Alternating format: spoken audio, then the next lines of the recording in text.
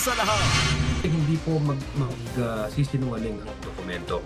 Makikita po natin yung kanilang binabayaran ng mga taxes. Kinakatakutan nila itong box kasi nga mukhang hindi lang ito smoking gun. Mukhang arsenal na ito ng armory na ayaw nilang mailahad sa buong taong bayan. Mga kapatid, alas 5:30 na. Ito na mga bumabanderang balita. Kaso ng hazing. Coach Tab Baldwin at iba pang coaching staff ng Ateneo inirekomenda ng CIDG na sampa na reklamo kaugnay sa pagkamatay ni Bater Bonia at Adili. Takot sa BIR box, House prosecutors binanata ng depensa sa pagtutol nilang gamiting ebidensya sa impeachment trial ang tax records si VP Sara. Babala ni Ping, Senator Lacson binalaan ng magkabilang kampo sa impeachment ni VP Sara na huwag talakayin sa publiko ang merito ng kaso.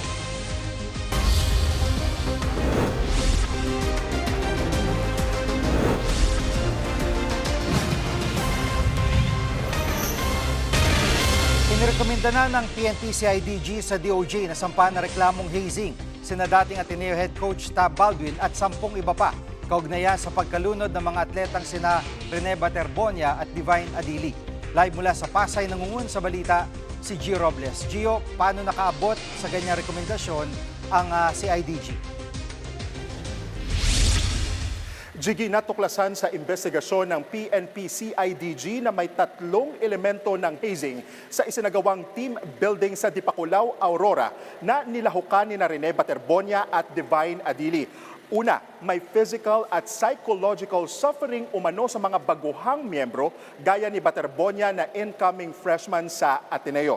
Pangalawa, may physical at psychological activities tulad ng sapilitang calisthenics at pagiging exposed sa masamang lagay ng panahon. At pangatlo, ginawa ang mga ito bilang prerequisite para maging bahagi ng team tulad ng ginagawa sa ilang organisasyon at mga fraternity. Ayon pa kay Interior Secretary John Vic Remulla, lumabas sa investigasyon na hindi na basketball-related ang mga aktibidad sa team building. Ginawa raw ito para subukin ang limitasyon ng mga manlalaro. Nagkaroon din daw ng team building para masala ang 17 players na makakasali sa final roster ng Ateneo Blue Eagles sa WUAP. Mula sa 20 athletes nga na nakasama doon sa team building, 3 ang hindi mapipili. Narito pakinggan natin ang bahagi ng pahayag ni Secretary John Vic Remulla.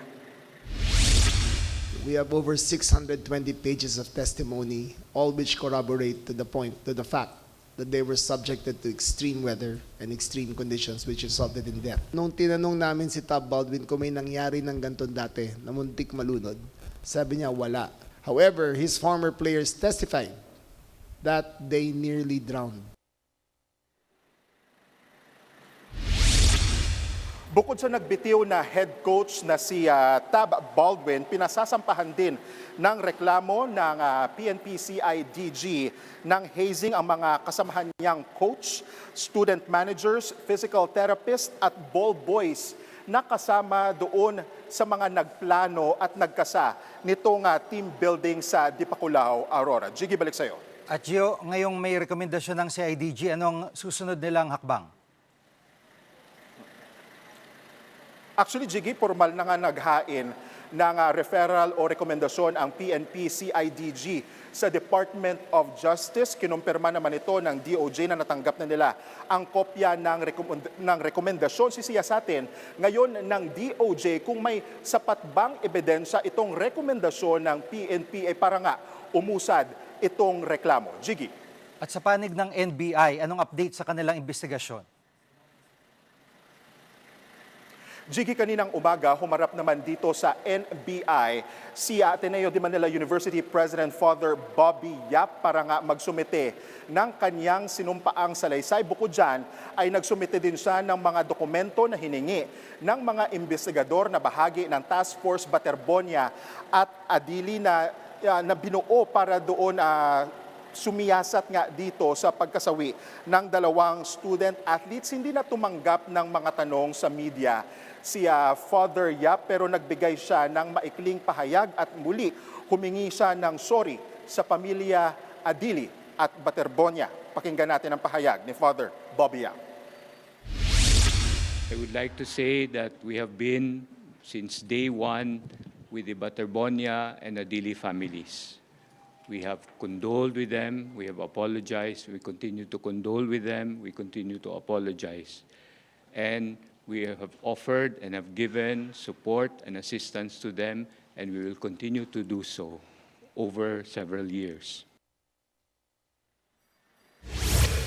Inyong napakinggan po ang commitment ng Ateneo de Manila University sa mga pamilya nina Rene, Baterbonia at Divine Adili. Pero hindi pa natatapos kay Father Bobby Yap itong investigasyon ng NBI dahil bukod sa kanya, sa susunod na linggo ay ipapatawag pa yung 6 na miyembro, may 6 na miyembro pa actually, ng coaching staff at opisyal ng Ateneo na ipinasabpina ng NBI sina Francisco Alas, Emmanuel Fernandez, Grant Derns, Jeric Rueca, Buboy Domingo at EJ Elumba. Next week po yan sila ipinasabpina ng NBI. Jiggy, balik sa'yo. Yan ang ulat ni Gio Robles live mula sa Pasay. Natapos ng pre-trial conference kagabi na hindi namamarkahan bilang ebidensya ang tinaguriang BIR box, panatuloy ng prosekusyon sa depensa. Bakit ba sila takot na buksan ang tax records ni VP Sara? Live mula sa Batasang Pambansa, nangunguna sa balita, si News 5 House Correspondent Marian Enriquez. Marian, ano ang argumento ng prosekusyon sa usaping ito? Yes, JG, ayon nga sa House Prosecution Panel, very unusual o kahina-hinala yung pagtutol ng defense team dito nga sa pagmamarka ng selyadong BIR box. Wala rin daw karapatan itong depensa para gawin ito dahil ebidensya ito ng prosekusyon. Tanong pa nga ng prosecutors, ano raw ba yung ikinatatakot ng kampo ni Vice President Sara Duterte dito nga sa laman ng BIR box? Kung babalikan lang natin, JG, nauna na ngang hiniling ng prosekusyon na buksan na sa pre-trial conference itong kahon para nga mamarkahan yung mga laman nito bilang ebidensya, pero tinutulan po yan ng defense team ni VP Sara. Nagsumiti na ng tugon itong depensa nga doon sa manifestation ng prosekusyon sa usaping ito, pero tumanggi itong idetalye yung nilalaman ng kanilang tugon. Samantala, Jiggy, wala namang kapangyarihan ang clerk of court na magdesisyon dito nga sa motion, kaya sa mismong paglilitis na po ito pagdedesisyonan ng Senate Impeachment Court. Pakinggan natin itong pahayag ni na House Prosecution Panel spokesperson Zia Alonto Adyong at Attorney J. Tolosa. So hindi po magsisinungaling ang taxes. Ang tanong ng taong bayan, takot ba tayo sa katotohanan? Kinakatakutan nila itong box kasi nga mukhang hindi lang ito smoking gun, mukhang arsenal na ito ng armory na ayaw nilang mailahad sa buong taong bayan. Dito ho malalahad kung ano yung declared income nila. We will have to take this together with their SALNs, no? To see if the declared income matches the the assets, liabilities, and net worth indicated in the SALNs. Kung babalikan lang natin, Jiggy, unang lumabas itong BIR box o yung green box dun sa pagdinig ng House Committee on Justice noong Abril. Naglalaman nga po itong ng tax records ni VP Sara at nung mister niyang si Attorney Man Scarpio, maging nung kanilang mga negosyo. Nagkasundo po noon yung komite na wag na buksan yung BIR box dahil labag daw ito sa batas na isa publiko yung laman nito. Sa ilalim kasi ng National Internal Revenue Code, maaari lamang ilabas yung tax records kung in aid of legislation o kung sa loob ng isang executive session. Pero Jiggy, paglilinaw po ng komite at ng prosekusyon, may exemption sa batas. Sa ilalim po kasi ng Bank Secrecy Law, exempted sa rule of confidentiality ang anumang impeachment cases. Kaya kumpiyansa po ang prosekusyon na mabubuksan pa rin itong BIR box pag nag-umpisa na ang paglilitis. Jiggy. At actually, 2 punto lang, Marian, dahil una, nagkaroon na ng chance itong Justice Committee dahil hawak na nila yung box, pero yun nga, hindi nila binuksan, umatras sila doon. Pangalawa, tama rin yung punto ng defense. Bakit ko bubuksan yung ebidensya ng may ebidensya? Di ba? Sa kahit anong paglilitis, siguro kayo magbukas ng sarili nyong ebidensya. Yun ang pinupunto doon ng defense. Pero hindi payag din na gamitin bilang ebidensya ang salin ni VP Sara bago ang taong 2022 kasi ang sinasabi kahapon ng defense panel ay hindi pa yun yung kumbaga sakop ng kaso ng impeachment. So anong tugon dito ng prosecution, Marian?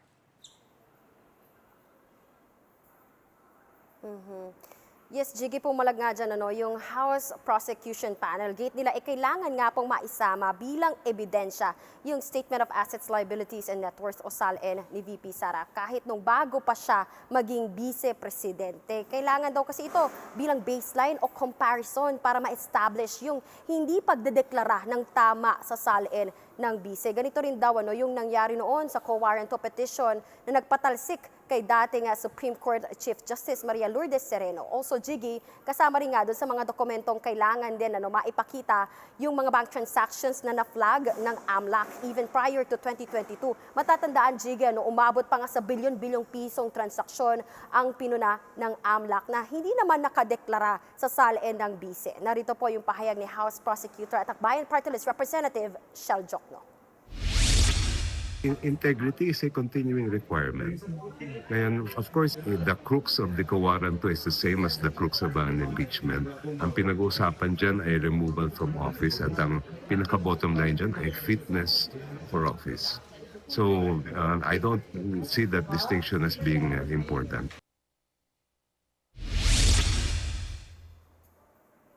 Samantala, Jiggy, muling binigyang diin ng prosekusyon yung kahalagahan na maisama nga sa witness list si Mary Grace Piatos. Dito raw kasi mapatutunayan kung talaga bang nag-e-exist ito o hindi. Gaya nga nung iba pa nga mga questionableng pangalan tulad po ni na Xiaomi Ocho at Kokoy Villamin na tumanggap din ng confidential funds. Narito po yung pahayag ng ilang House Prosecution Panel. So if she does not appear, this just supports our position that she's a made-up person. Ngayon, pag may lumabas naman, kagaya ng sinasabi nila na ito'y ginamit lamang na nickname o alias, bibigyan kami ng pagkakataon para siya naman ay tanungin.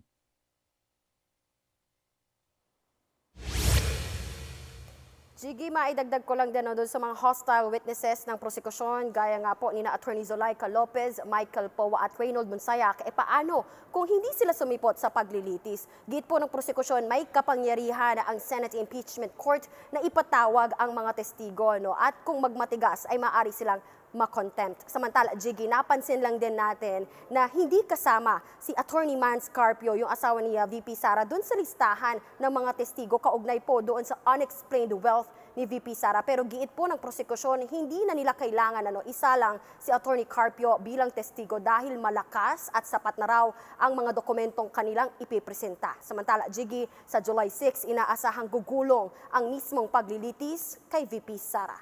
Yan muna ang latest. Dito sa Kamara, balik sa'yo, Jiggy. Yan ang ulat ni Marian Enriquez live mula sa Batasang Pambansa.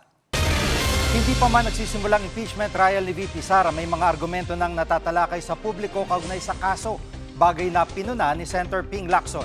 Live mula nangunguna sa balita, si News 5 Cent correspondent Mian Los Baños. Mian, anong pinunto ni Senator Lacson? Jiggy, nako, ang sabi ni Senator Ping Lacson, wag naman talakayin yung merito ng kaso sa publiko. Yan ang kanyang payo sa parehas na kampo, Jiggy, sa defense at sa prosecution para naman daw maprotektahan yung integrity ng impeachment trial. Isa si Senator Ping Lacson sa tatayong senator judges pagdating ng impeachment trial at sabi nga niya, dapat ngayon pa lang mapaalalahanan na ng impeachment court ang parehas na kampo kaugnay nito. Bagamat ang sinasabi, Jiggy, ni Senator Lacson, walang masama na i-discuss yung proseso at ilan pang mga bagay kaugnay sa impeachment trial para mas madagdagan yung impormasyon at maintindihan ng publiko yung may kaugnayan dito naman ng kaso. Kahit naman sa judicial process, Jiggy, alam naman natin yan, talagang bawal pag-usapan yung merito ng kaso sa labas mismo ng korte. Yan ay para maiwasan nga yung bahid ng opinyon ng publiko, ma-preempt yung desisyon ng korte, gayon din yung tinatawag na trial by publicity, Jiggy. At Mian, ano ang tugon ng defense team dun sa hinaing nitong prosecution team dito sa BIR box? Just a few, I think an hour or 2 hours ago lang, Jiggy, na i-file na ng defense team yung kanilang komento kaugnay dito sa hinihiling manifestation and request ng prosekusyon na pabuksan nga yung tinatawag na BIR box. Ano? At ang sinasabi ng depensa, unang-una sabi ni Attorney Michael Poa, wala naman talagang kapangyarihan ang Senate Secretary o yung Clerk of Court na magdesisyon kaugnay niyan. At nagkasundo sila kahapon bago i-conclude yung pre-trial conference na yung desisyon talaga kaugnay sa pagbubukas, pagmamarka niyang BIR box ay hindi madidesisyonan ng Clerk of Court ni Attorney Renato Bantug. So ang hinihintay nila ngayon, since nakapag-file na ng comment yung depensa, ay makapag-desisyon yung impeachment court kaugnay niyan. So ang sinasabi ng defense, Jiggy, ay hintayin naman munang makapag-komento sila, which is nangyari nga ngayon, at hintayin yung mismong magiging ruling ng impeachment court. So two things yung possible mangyari dyan, Jiggy. Kung sakasakaling pumasok by next week yung ruling ng impeachment court, at speculative itong sagot ko, just in case pumayag sila na buksan yung BIR box, markahan yung mga laman yan. Ang sabi kanina ni Attorney Renato Bantug, ang Clerk of Court, pwede na magkaroon, posible na magkaroon ng isa pang araw para sa pre-trial conference para mamarkahan yung mga dokumento na yan. O kaya, Jiggy, ang mangyayari, since medyo isang linggo na lang at impeachment trial na, dun na mismo sa trial proper, buksan yung box, doon na rin markahan, at kung sakasakaling papayag yung impeachment court, i-admit as evidence. Pakinggan lamang natin, Jiggy, yung bahagi ng pahayag ni Attorney Renato Bantug. Yung pagbukas niyan, pag-inventaryo at pagmamark, ang impeachment court lang ang pwede makapag-utos niyan. In-acknowledge naman ng parehong partido yan kahapon. As to that point, walang dispute. Kailan po inaasahan, Sec, na maglalabas ng desisyon ng impeachment court about the BIR box? Mamaya pagka-receive ko, as fast as we can, we will distribute copies to the senators, and then I will await instructions on how they want to proceed. At ngayon na tapos na yung pre-trial conference, maliban dito nga sa issue ng BIR box, ano yung susunod nating aasahan?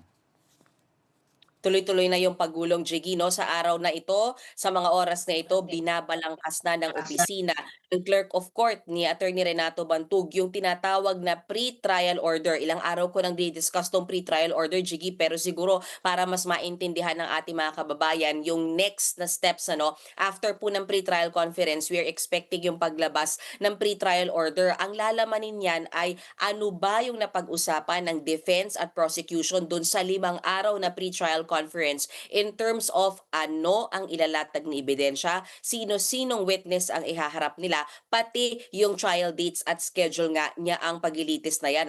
At ang utos, Jiggy, ni Senate President Win Gatchalian, ilabas yung pre-trial order na yan sa darating na Lunes. After which, Jiggy, may 3 days ang prosecution at defense para magkomento kaugnay niyan. Gayunpaman, ang sabi sa atin ni Senate Secretary at Clerk of Court Attorney Bantug, wala na silang inaasahang malaking pagbabago sa kung ano man yung ilalabas nilang pre-trial order kahit pa magbigay ng komento both defense and prosecution. Pakinggan muli natin ang pahayag ni Attorney Bantug, Jiggy. Kung may 3 days to comment, tas kunwari, sir, may significant na comment either of the parties, prosec or defense, i-redo ba si pre-trial order o walang magiging epekto? Hindi naman. Baka at most we will issue a corrected pre-trial order. In case meron kaming magkaroon kami ng inaccuracy in reference to particular items during the pre-trial.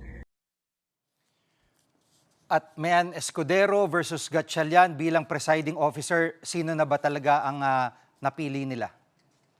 Okay. Ang nakikita nating scenario, Jiggy, by opening o yung, pag-open o pag-convene muli ng impeachment court by July 6 ay si Senate President Win Gatchalian pa rin ang mangunguna sa pag-convene ng impeachment court. At ang paliwanag sa atin, Attorney Bantug, kung sakasakali na talagang maghahalal sila ng ibang senator judge para nga mag-preside sa impeachment trial, doon yan kailangang desisyonan sa mismong impeachment court once they convene. So basically, what we are sure right now, Jiggy, ay si Senate President Win Gatchalian ang mag-o-open nung pagkukonvene ng impeachment court, and until then ay aabangan nating lahat kung ano bang magiging desisyon nila, kung si Senate President Gatchalian ang magpe-preside o may iba silang napupusuan yung mayorya ng Senado kung sino ang gusto nilang mag-preside dyan sa impeachment trial na yan. Jiggy, balik sa'yo. Maraming salamat, Mian Los Baños. Susunod, developer ng violenteng online game na nilalaro umano ng sospek sa Tacloban shooting ayaw humarap sa Senado. At ilang proyekto ng gobyerno ininspeksyon ng Pangulo bago ang nalalapit niyang SONA. Diyan lang kayo mga kapatid, dapat una sa lahat.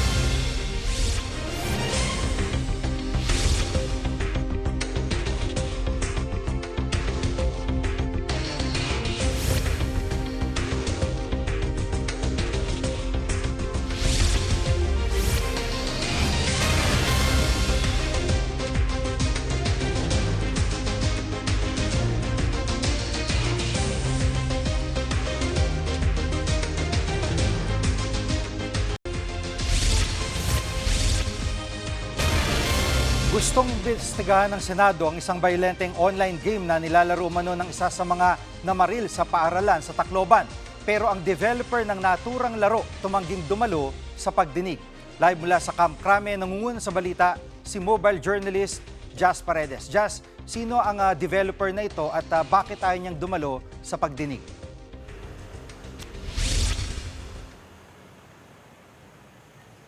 Jiggy, walang sinabing dahilan ang game developer ng naturang online game na si Felix Philip. Nagpaabot lang siya ng pakikiramay sa pamilya ng mga biktima ng pamamaril sa paaralan sa Tacloban. Sila raw ang dapat maging sentro ng usaping ito. Isa raw siyang independent game developer na nakabase sa Germany. Tumanggi siyang humarap sa pagdinig sa Senado, personal man o Zoom. Giniit ni Philip, ang ginawa nilang online game ay para sa mga edad 18 pataas lang at hindi para sa mga minor de edad. Pansamantalang ipinagbawal ng Cybercrime Investigation and Coordinating Center ang marahas na laro matapos ang pamamaril. Napag-alaman kasing madalas itong inilalaro ng isa sa CICLs na si alias Nash, ang 14 anyos na sospek sa pamamaril. Inaalam kung may impluwensya ito sa nagawa niyang krimen. Jiggy? At just ano ang naging payag ni Senator Ontiveros na siyang mag-iimbestiga dito sa online game na ito dapat?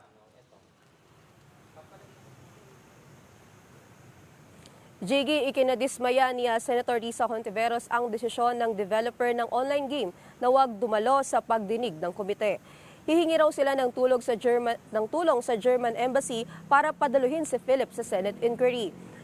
Gusto raw sanang tanungin ni Hontiveros sa naturang developer ang age safeguards, content moderation at posibleng exposure ng batang users nito. Babala ni Hontiveros, hindi dapat pinapayagan ang foreign-based online game developers na malayang mag-operate sa Pilipinas kung iwas sila sa pananagutan sa mga ganitong issue. Jiggy? At anong update dito sa mga minor de edad na suspect?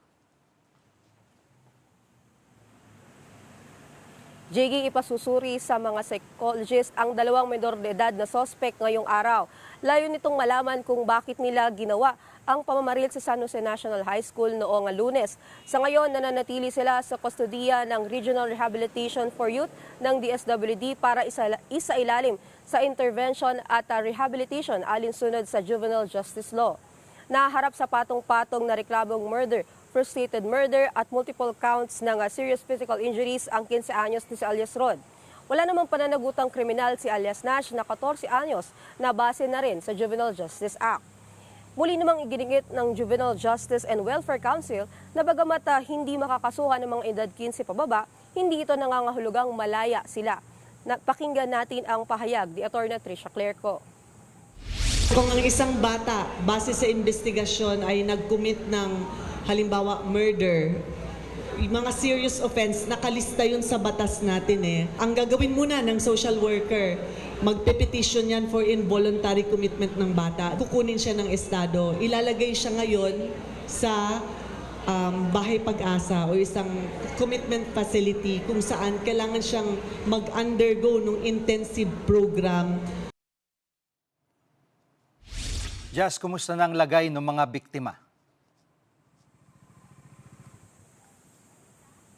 Jiggy, ayon sa DepEd Eastern Visayas, nananatili sa intensive care unit ang isang estudyante na tinamaan ng bala sa leeg. Pero wala na raw sa kritikal na kondisyon ng biktima base sa huling assessment sa kanya. Nakikiusap din ang DepEd Eastern Visayas na patuloy pang ipagdasal ang iba pang biktima ng pamamaril. 20 ang nasugatan sa trahedya, 15 sa kanila ang tinamaan ng bala habang 5 naman ang nasugatan habang lumilikas. Yan muna ang latest. Balik sa Jiggy. Yan ang ulat ni Jazz Paredes live mula sa Camp Crame. Inspeksyon ni Pangulong Bongbong Marcos ang ilang proyekto ng gobyerno bagong nalalapit niyang ikalimang sona. Nangunguna sa balita si Maricela Lili. Jiggy, ilang linggo bago ang State of the Nation address ni Pangulong Bongbong Marcos, personal niyang ininspeksyon ang flood control project dyan sa area ng Tatalon sa G. Araneta Avenue sa Quezon City. Isa ito sa mga lugar na pinakamabilis lumubog sa baha. Ang kwento nga ng mga residente dyan, umaabot ng hanggang ikalawang palapag ang baha oras na bumuhos na ang ulan. Matatandaan natin na nung nakaraang sona ni Pangulong Bongbong Marcos, isa ang flood control project sa kanyang mga pinunterya. Hiningan pa niya ng listahan ang DPWH ng mga flood control project na to at sinabihan niya ang mga sangkot sa katiwalian na mahiya naman kayo. Pakinggan natin yung kwento ng ilan sa mga residente ng Tatalon. Dating may bagyo po, lagi po kami binabaha. Minsan nga po doon sumasakay pa kami sa bangka para maka-evacuate lang. Ondoy po is yung napakalaking baha na inabot po yung third floor namin. Kaya kami po magpapamilya nasa bubong. Jiggy, sabi ni Pangulong Marcos, kalahati pa lamang ang natatapos sa proyektong ito. Plano pa nilang gawin yung flood control project sa kabilang area ng lugar na yan. Pero matapos daw ang proyektong ito, kailangan namang tutukan yung garbage collection na isa rin sa nagiging sanhi kung bakit mabilis ang pagbaha sa area dito sa Metro Manila. Pero sa pagkakataong ito, maging sa declogging, kailangan daw nila ng tulong ng LGU ng Quezon City. Naritong sinabi ni Pangulong Marcos. At ito ay dito pa lang to, sa 1/2 pa lang ito, kalahati pa lang ito. Gagawin din natin yan dun sa kabila para talagang mabilis ang takbo ng tubig, mabilis ang paglabas ng tubig at hindi na mababaha rito sa G. Araneta Avenue dito sa Tatalon. Jiggy, bago magtungo sa Araneta Avenue, una munang bumisita si Pangulong Marcos dyan sa NKTI o yung National Kidney and Transplant Institute at tiningnan yung itinatayong legacy building dyan. Oras na matapos ang construction ng building na ito ang magiging pinakamalaking dialysis center sa buong Southeast Asia. Sabi ng Pangulo, baka by 2028 maging operational na ito. Importante ang building na ito para sa ating mga Pilipino dahil base sa kanilang taya, mahigit 11% ng ating populasyon ang may chronic kidney disease. Yan muna ang latest. Balik sa iyo, G. Yan ang ulat ni Maricela Lili. Susunod, dating Congressman Mike Defensor sasampa na reklamong human trafficking ng NBI. At silipin ang pasilidad ng gobyerno para sa mga batang nakagawa ng krimen. Huwag kang bibitiw, dapat una sa lahat.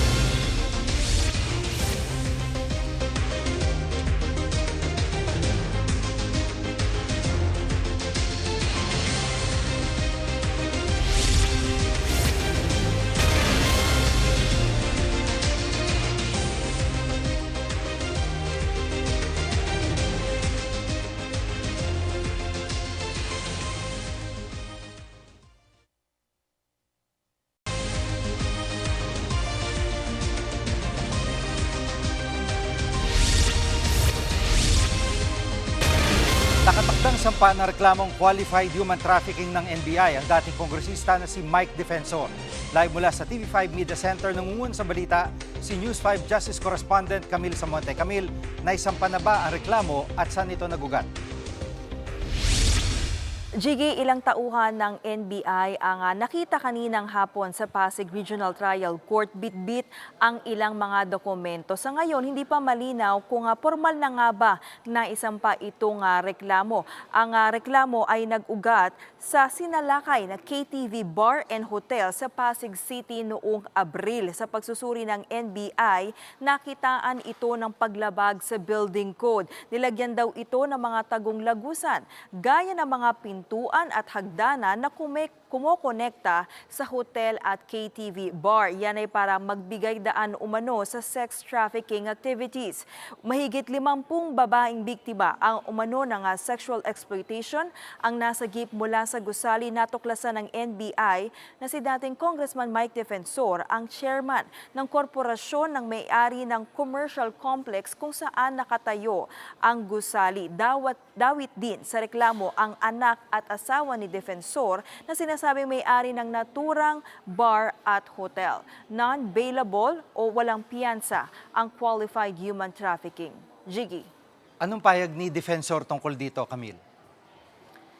Jiggy, pumalag ang dating kongresista sa reklamong isinampa nitong NBI. Wala raw itong basihan at ipinipilit lang daw ang anggulong human trafficking para sila ay makulong. Ginagamit lang daw ito ng gobyerno para mapatahimik siya at matigil umano ang investigasyon sa flood control scandal. Si Defensor ang isa sa mga tumutulong sa 18 umanong bagman. Nanindigan din si Defensor na walang silang kinalaman sa operasyon ng human trafficking. Dito nga sa KTV bar, handa rin daw siyang harapin ang kaso at depensahan ang sarili laban sa mga aligasyon. Natanong natin yan kay Defensor kanina nang magsumiti siya ng kanyang rejoinder sa DOJ para sa reklamong cyber libel na isinampa sa kanya ni dating Senador Antonio Trillanes. Pakinggan natin ang kanyang pahayag.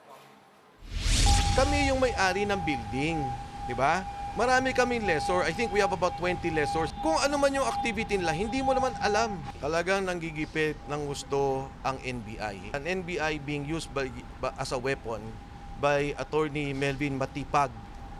No? Ni Matibag. Siya talaga nagtutulak niyan. At syempre, ang gusto niya, gipitin yung aking pamilya. Gipitin kami, patahimikin kami. Jiggy, sinusubukan pa natin ng hingan ng pahayag itong si Patibag tungkol nga dito sa sinabi ni Defensor. Yan muna ang latest. Balik sa iyo, Jiggy. Yan ang ulat ni Camille Samonte live mula sa TV5 Media Center. Sa rehab center ang bagsak ng 2 menor de edad na namaril sa isang paaralan sa Tacloban, bahagi ng kanilang pananagutan ng sumailalim sa intervention program ng gobyerno. Live mula sa TV5 Media Center, nangungun sa balita si JC Cosico. JC, ano ang magiging sistema ng center na iyan para sa mga kabataang nakagawa ng krimen?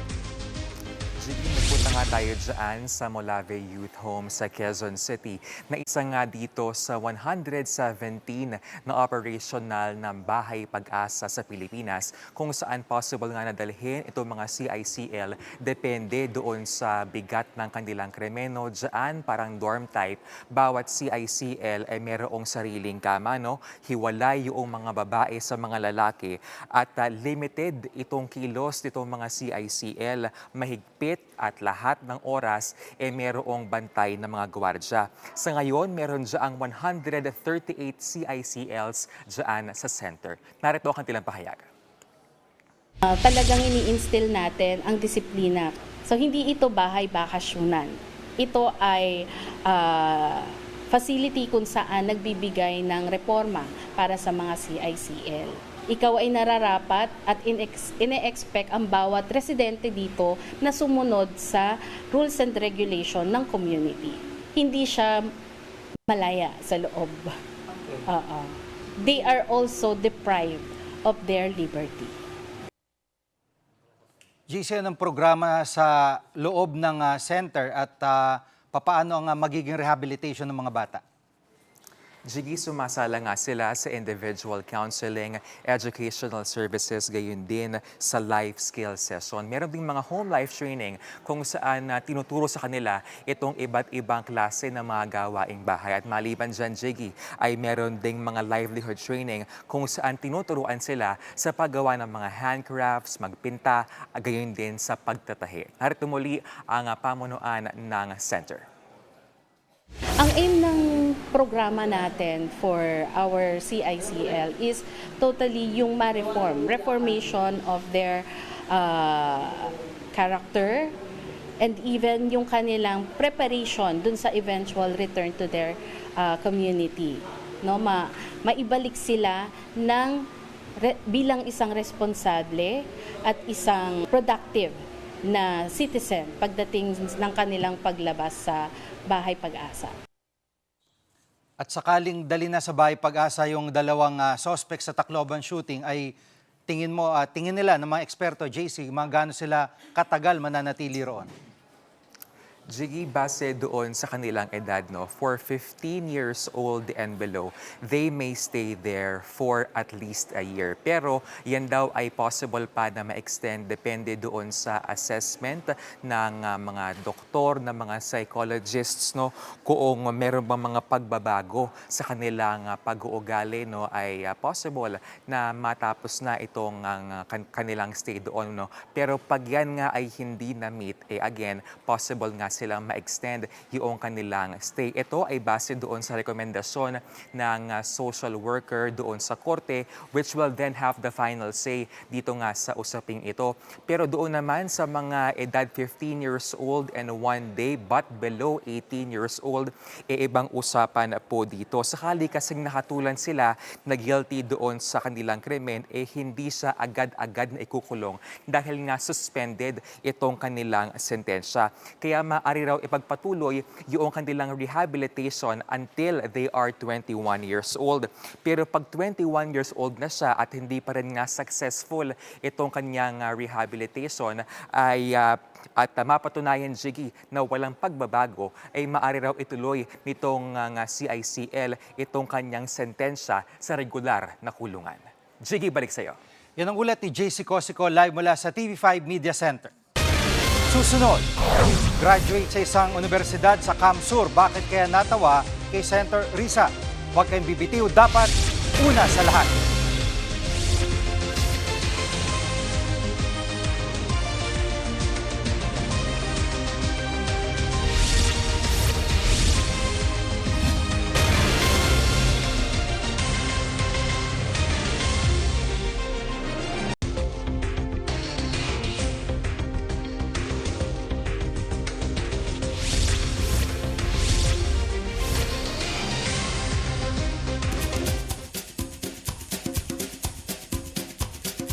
Pahabol mga kapatid, umalingaw-ngaw ang tawanan at palakpakan sa graduation ceremony ng isang universidad sa Kamsur dahil yan sa hirit ni Senator Risa Ontiveros na panauhing pandangal sa pagtitipon.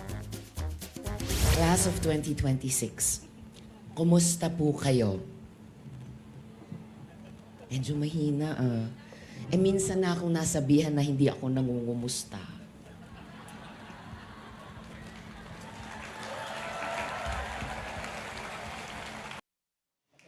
Sinabi yan ni Ontiveros bago basahin ang kanyang talumpati para sa mga magsisipagtapos. Nitong Mayo, naging laman ng balita ang pag-iyak ni Senator Pia Cayetano dahil hindi raw sila kinumusta ni Ontiveros na magkabarilan sa Senado.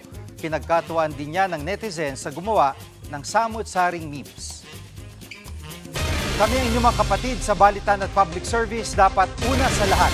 Abangan niyo po ulit kami sa Lunes dito sa TV5, 1PH, RPTV, True TV at 105.9 True FM.